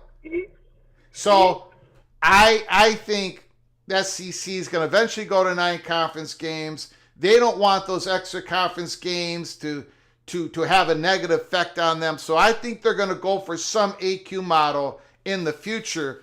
But Tony Petitti, somebody's got to get to Tony Petitti. Someone's got to tell him that you got to make it bigger than 16. 16 doesn't work, in my strongly held opinion. Everyone's got to think outside the box. You got to go a little bit bigger. Yeah, agreed. As well with that, it also makes the top 25 ranking all that much more important than the regular season. I mean, because the top 25 pretty much indicates the rankings for the top 20 for the CFP invites. I mean, that's pretty much common sense, which pretty much should keep more viewers attentive towards the end of season games. I mean, sounds like a good idea for not only the conferences, but the networks and the fans. You can't lose. All right, man. Hey, I appreciate the call, sir. All righty. You have a great day, sir. You got it, buddy. Call again. All right. Bye-bye. Beautiful. A call from out there in Montana. If you are new to the channel, please subscribe to the channel. But subscribing is not enough. You got to subscribe and you got to turn on those notifications because we can come on live at any time. And sometimes we give you all a heads up. Sometimes we don't. Sometimes we don't. Got to keep your head on a swivel if you want to be part of the PATC family. All from John. John, the floor is yours. Thanks for calling. I appreciate it. Thanks, Greg. I don't think Virginia Tech is going to the Big Ten. I believe they're going to be a piggyback with Virginia into the SEC. Woo! Okay. I know you've talked about the Big Scoop being 4, but I got a feeling it's going to be 5 teams, and they're going to be the 5th team because Virginia and Virginia Tech will both take a half share from the SEC to get in together, keep everybody happy. Florida State, Clemson, and North Carolina will be the other 3. So 21. SEC to 21. Yeah, I know that's a lot of teams. And the Big Ten goes 3 to get to 21? Yeah, they get Miami, Duke, and Georgia Tech. It gives them the right. areas they want to be in. 8. Yep. All right. And then they're all AAU, excuse me. Yep. And the first thing the ACC is going to do is make a phone call to Utah as soon as these teams leave. Yeah. And the Big Ten, one more thing, the Big Ten is going to want to get 2 teams out west to help UCLA and USC with the travel. Mm-hmm. So I believe 3 is all the Big Ten is going to be trying to get out of the South. And I'll let you go. All right, man. Hey, call again, Sir John. Appreciate it. Call again, my man. Okay, bye-bye. Beautiful.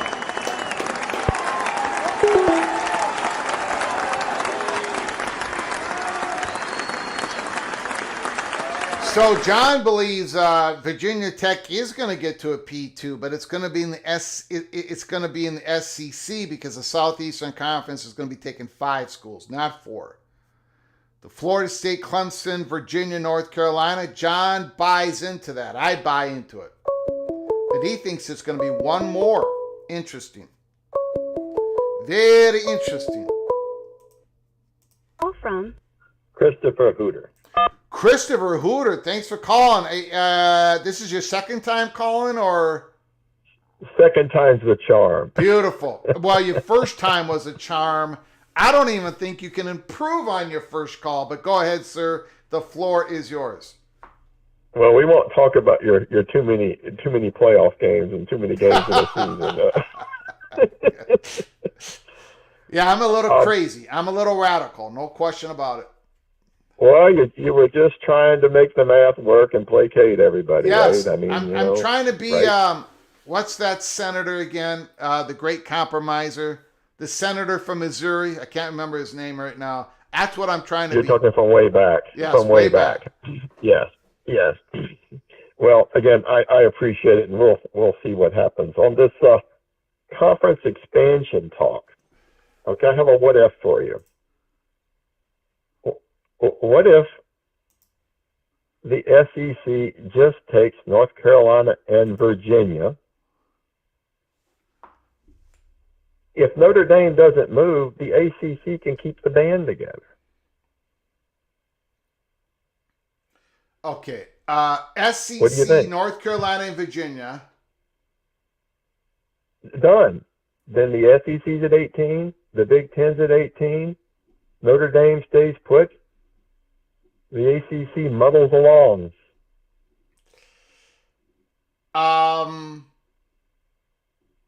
I will. Okay, so I understand that. I understand that thought, but I happen to think, this is just me talking here, that if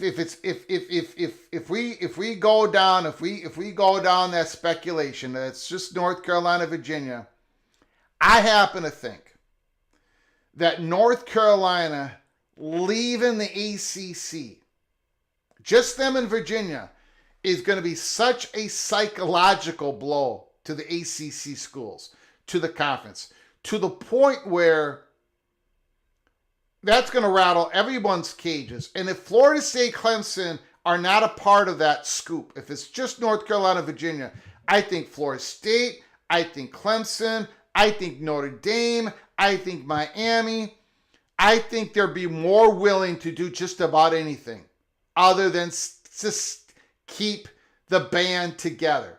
I think when you lose the lead singer, North Carolina, even though he's not the most valuable person in your musical band, because your guitar player is a lot better, your drum player is a lot better, but if you lose your singer, the face of the conference, I think it's going to have such a dramatic effect that I think Florida State and Clemson, everyone would be talking to the Big Ten going, we don't need a full share, man. We'll take a half share. We'll take a quarter share.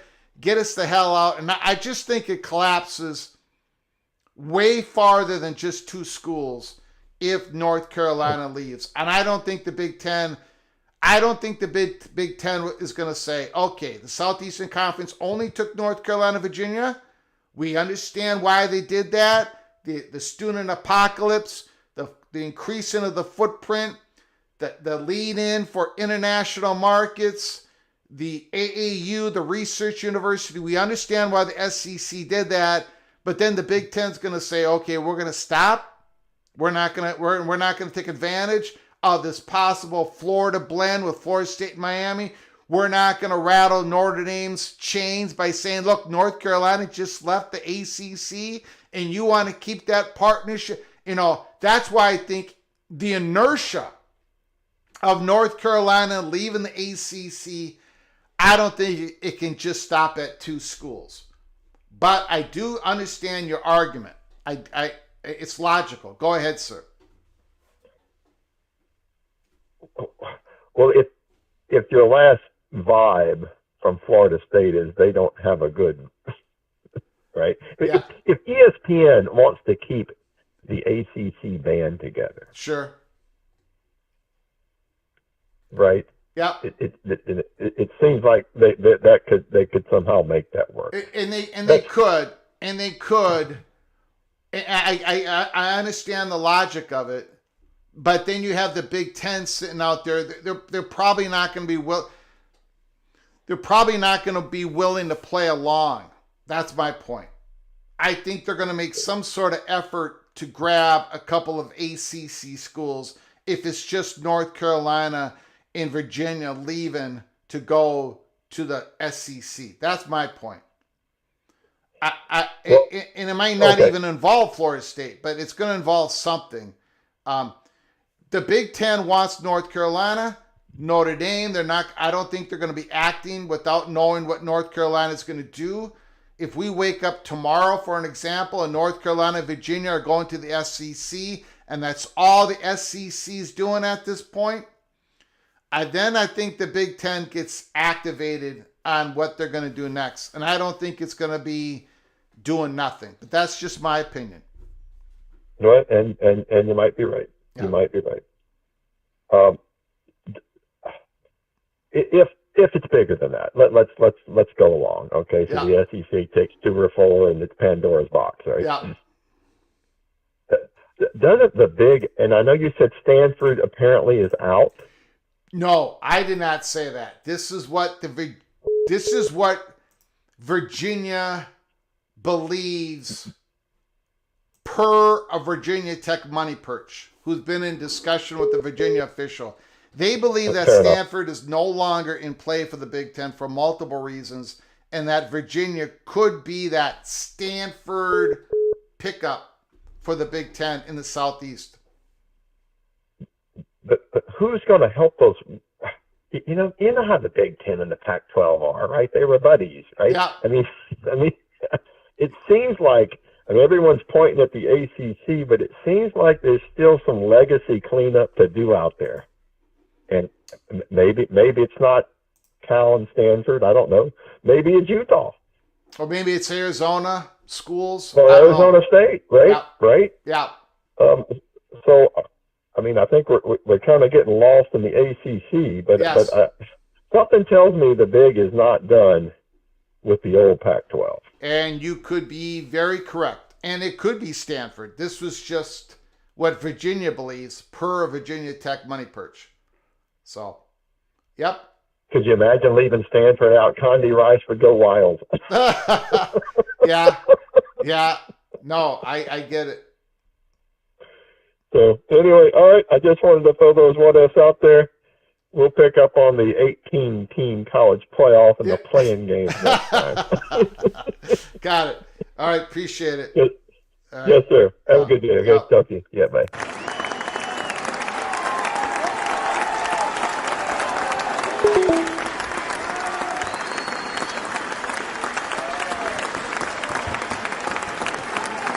I got a feeling that that nobody is going to go into the ear of Tony Petitti and talk to them about the fat guy of Minnesota's idea for an 18-team playoffs because nobody else likes it. Nobody else likes it. Everybody has rejected my CFP idea. Everybody has rejected it. Here I am trying to get everybody on board. I'm the great compromiser. I'm Henry Clay. I'm trying to make it big enough for the ACC and the Big 12 to be satisfied. I still want those 3 at-large bids so the SEC doesn't feel like they're capped. I'm giving Tony Petitti everything he wants. I'm giving everybody what they want, but it ain't good enough. It still isn't good enough because people cannot think of the number 18. They only can go up to 16. Nobody can count past 16. But wait a second. I can't go on another rant about the CFP because I promised I would not go on another rant about the CFP. So I'm going to bring it down a notch. I am going to bring it down a notch. I want to thank everybody for coming on in here on a PATC breakfast. Lockman, does ESPN get to renegotiate contract if ACC teams leave? You better believe they'll be able to do that. Absolutely. Not only the Tier 1, but the ACC network. The ACC network is going to be transformed. I don't know how, who knows what happens to that. So, absolutely, Lockman, thank you so much for the super chat. I appreciate your generosity so very much. Ryan Willie, Doc Gibbs, Heartbreak 25, Lockman, thank you guys. Appreciate it. I really appreciate the incredible phone calls we got. Holy smokes. A call from Montana, John and Rick, and holy smokes. A lot of great calls. A lot of great calls. I'm a man. I'm a man sitting on my own island, Curtis. Sitting on my own island. I don't have a lot of communications with other YouTube channels. The only people that I really communicate is College Football Mafia and Coos Corner and a couple of times with Mark Rogers, but I'm basically alone. I am basically alone here, sitting in the studio that sits in the middle of Loserville City, and I am the mayor. So I don't think, even if I reached out to the other college football YouTube channels, I think they would say, we don't want anything to do with the fat guy from Minnesota. So I don't think I'm the one that can rally up the troops. That is a good idea, but I don't think I'm the guy who can get it done. All right, I want to thank everybody for joining us today. I do appreciate it. We've been on the air for about 2 hours. I am so glad that we were able to do this part 2 because part 1 was a complete mess last night because of the heavy storms that came through my area while we're doing the live show. So I do apologize for us having to close down the live show yesterday. I also want to apologize for the equipment failure that we had in the previous week. That has been corrected. The new station deck came, the dock station has come on in. Everything seems to be working. I appreciate everybody joining us for our PATC Breakfast Live show on July 28th. So this is what's going to happen this week. Thank you, D5 Terps. This is what's going to happen. We are going on vacation. The little general and I are going on vacation to celebrate our 23rd wedding anniversary. That was yesterday. In about 2.5 hours from now, we are going to be hitting the road. We're going to go up, just a little trip, going to central Minnesota.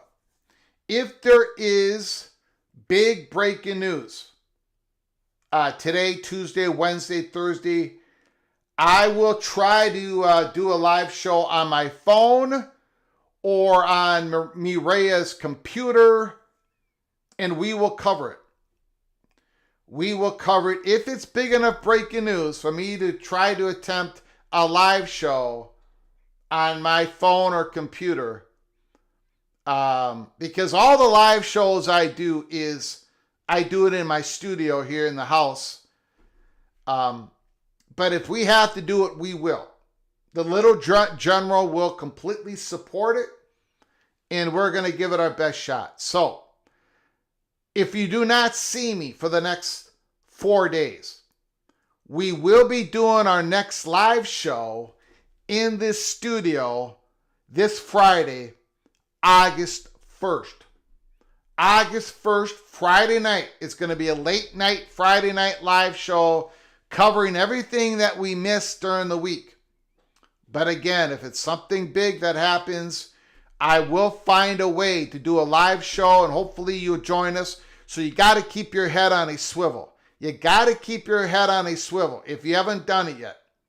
Subscribe to this National College Football YouTube channel. Subscribe and turn on those notifications. I would appreciate it. And smash that like button if you've liked our content today. If you have not liked our content, smash the thumbs down button and let me know in the comment section why you did not like our content today. I read all the comments. Thank you so much.